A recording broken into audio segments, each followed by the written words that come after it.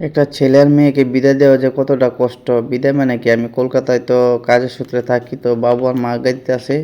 এটা যে কতটা কষ্ট বাবা মা ছাড়া কেউই বুঝবে না। বন্ধুরা বসছি এখন আগরতলা এয়ারপোর্ট।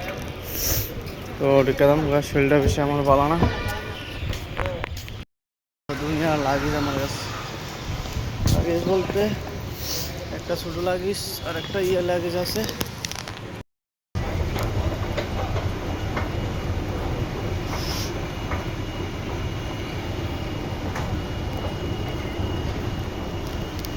এই দেখো, এটা হচ্ছে আমরা আগরতলা এয়ারপোর্ট।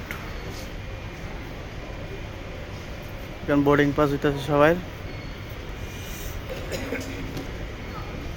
আমি যাবো গেট নাম্বার 4 দিয়ে, এটা 5।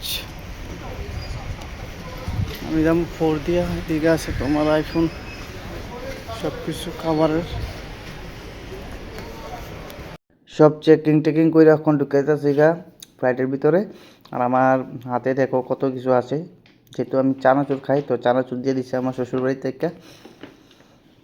আর এই দেখো, ফ্লাইটটা অনেকটাই বড়। এখন তো ছোট ছোট ফ্লাইট দিয়ে দিয়েছে, তো খুব ভালো লাগতেছে। আমার তো ভালো লাগতেছে, কষ্ট লাগতেছে, অনেক দিন পর আবার বাড়ি যাইতে হইব। কলকাতা আইছি, কোনো তো আইছি না, ফ্লাইটও আছি, তো কলকাতাতে নামুম কি থাকবই আমি।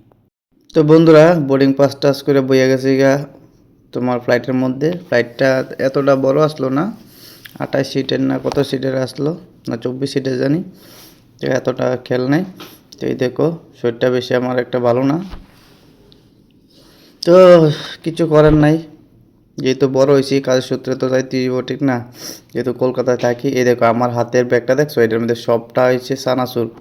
মোটামুটি 2 কেজির মতো চানাচুর আছে, বুঝছো? যেহেতু আমি চানাচুর খাই, তো দিয়া দিছে আমার শ্বশুরবাড়ির থেকে বোধ দিয়ে চানাচুরগুলা। এভাবে ফুচা গেলাম কলকাতা।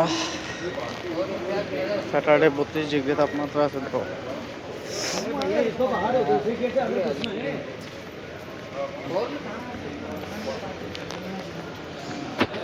চলো আমরা যাই এখন।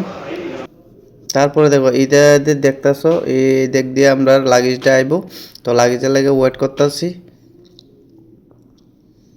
আর তোমরা এইটা কেনাকাটা চলছো, ওয়াও কি সুন্দর কলকাতা এয়ারপোর্ট। দেখো বন্ধুরা, কত সুন্দর করে বানাইছে না?